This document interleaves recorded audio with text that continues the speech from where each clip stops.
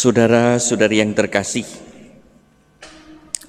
perkenalan kita dengan orang baru bisa membuat kita untung atau malah buntung, tergantung siapa yang dikenalkan. Kalau yang dikenalkan kepada kita adalah orang baik, tentu kita akan berkembang menjadi makin baik, apalagi kalau relasinya bagus. Sebaliknya, kalau ternyata yang dikenalkan kepada kita bukan orang baik dan malah kita terjerat dalam perkenalan tersebut, kita bisa mengalami akibat buruk. Pernah ada orang yang mengalami hidupnya berhasil karena dikenalkan dengan seseorang yang membantunya dalam kesulitan dan akhirnya malah menjadi penyelamat. Hidupnya berhasil, sukses, berkat bantuan orang itu yang dikenalkan.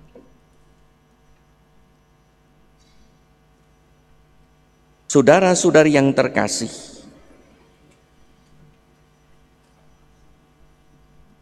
itulah yang dilakukan oleh Yohanes Pembaptis yang tahu siapakah Yesus. Memperkenalkan Yesus kepada para muridnya sebagai anak domba Allah yang menghapus dosa dunia. Yohanes membaptis umat sebagai upacara penyesalan dan pengampunan dosa untuk mempersiapkan kedatangan Mesias. Yohanes sendiri tidak tahu siapa juru selamat itu, siapa Mesias itu. Akan tetapi ia mendapat wahyu Allah bahwa sang juru selamat adalah ia yang kepadanya roh Allah akan turun dan hinggap di atasnya. Maka kita mendengar dalam Injil hari ini, aku tidak mengenal dia. Bukan Yohanes tidak mengenal Yesus, Yohanes mengenal Yesus. Siapakah Yesus? Yesus adalah saudara sepupunya yang lahir lebih muda beberapa bulan kemudian. Tahu Yesus itu siapa, tetapi tidak tahu betul bahwa Yesus sungguh Mesias sampai ia menyaksikan ada Roh Kudus dalam rupa merpati turun atasnya dan hinggap pada diri Yesus. Yohanes bisa jadi terkejut bahwa ternyata Mesias itu saudara sepupunya. Yohanes memperkenalkan Yesus kepada para muridnya dengan sebutan yang tidak lazim pada zaman itu, yaitu lihatlah anak domba Allah.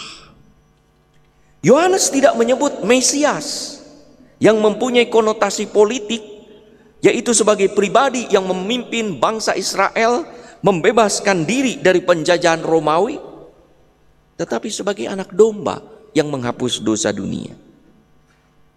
Hal ini mengingatkan kita akan peristiwa ketika saat akan keluar dari Mesir, membebaskan diri dari penjajahan bangsa Mesir, bangsa Israel menyembelih anak domba jantan dan memercikan darahnya ke ambang pintu, sehingga rumah yang diperciki darah anak domba tersebut selamat, dijauhkan dari malapetaka.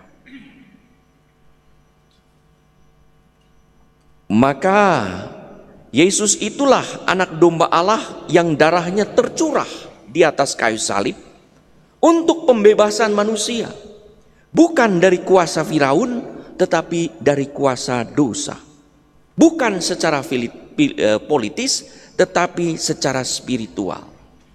Darahnya yang tercurah di atas kayu salib itulah yang direcikan di ambang pintu hati kita supaya kita selamat, bebas dari malapetaka atau maut karena dosa. Dalam tradisi Yahudi, para imam biasa menyembelih anak domba jantan. Tidak sembarang anak domba, tapi dipilih anak domba jantan yang tak bercacat, yang tidak ada cacatnya, tubuhnya tidak bercacat. Maka itulah yang layak dipersembahkan. Maka setiap tahun para imam Yahudi mempersembahkan puluhan ribu anak domba untuk pengampunan dosa, korban sebagai penghapus dosa. Maka kitab Ibrani mengatakan para imam perjanjian lama melakukan korban anak domba terus-menerus untuk menghapus dosa, tetapi Yesus sang imam agung mengorbankan dirinya sebagai anak domba Allah satu kali untuk manusia, untuk selama-lamanya. Maka Yesus dikisahkan di dalam Injil Yohanes lewat, kalau baca selanjutnya, Yesus itu lewat, selalu lewat. Diperkirakan pada siang hari jam 4 persis, kurang lebih saat para imam sedang menyembelih anak domba untuk kurban penghapus dosa. Dan kita tahu juga Yesus mencurahkan darahnya, menghembuskan nafasnya pada jam 3 di atas kayu salib untuk menembus manusia. Maka itu kaitan antara kenapa Yesus disebut anak domba Allah. Karena untuk menghapus dosa manusia sebagai korban. Saudara-saudari yang terkasih, pada saat sebelum komuni, imam memecah-mecahkan roti yang adalah tubuh Kristus dengan mengucapkan anak domba Allah yang menghapus dosa dunia. Lalu kita banyak kasihanilah kami 2 kali, lalu berilah kami damai.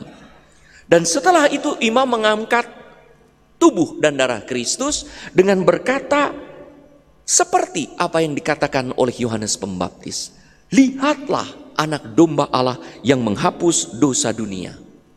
Jadi persis kata-kata gitu. Lalu dilanjutkan dengan kata-kata yang mengingatkan betapa kita terberkati karena berjumpa secara sakramen dan secara real dengan Yesus yang sama yang lewat pada waktu Yohanes memperkenalkan kepada para murid. Maka kita disebut berbahagialah saudara-saudari yang diundang ke perjamuan anak domba. Lalu kita dengan penuh iman menjawab seperti yang diucapkan kepada Yesus oleh perwira Romawi di Kapernaum yang meminta kesembuhan hambanya.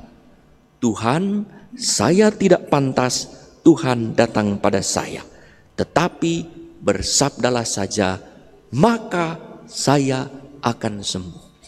Maka saudara-saudari, setiap kali upacara sebelum komuni itu, ketika lihatlah anak domba Allah, kita mengatakan, ya Tuhan, ucapkanlah dengan penuh iman dan sungguh mintalah supaya aku sembuh.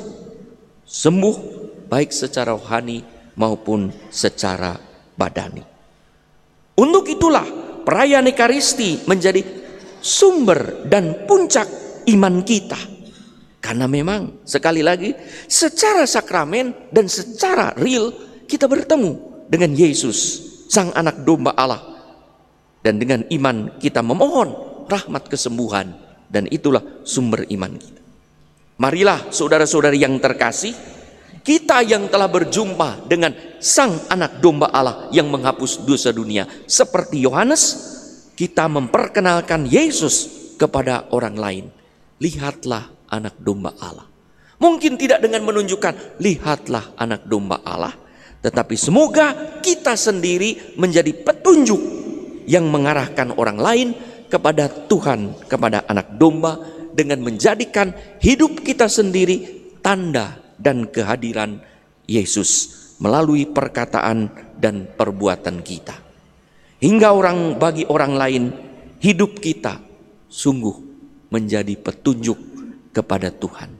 Mari kita perkenalkan Yesus di dalam hidup kita dengan perkataan dan perbuatan kita. Mari kita menjadi tanda hidup kita, tanda yang mengarahkan, yang menyebutkan inilah anak domba Allah yang menghapus dosa dunia. Dan kita yang mengalaminya sebagai orang yang terberkati, yang berbahagia.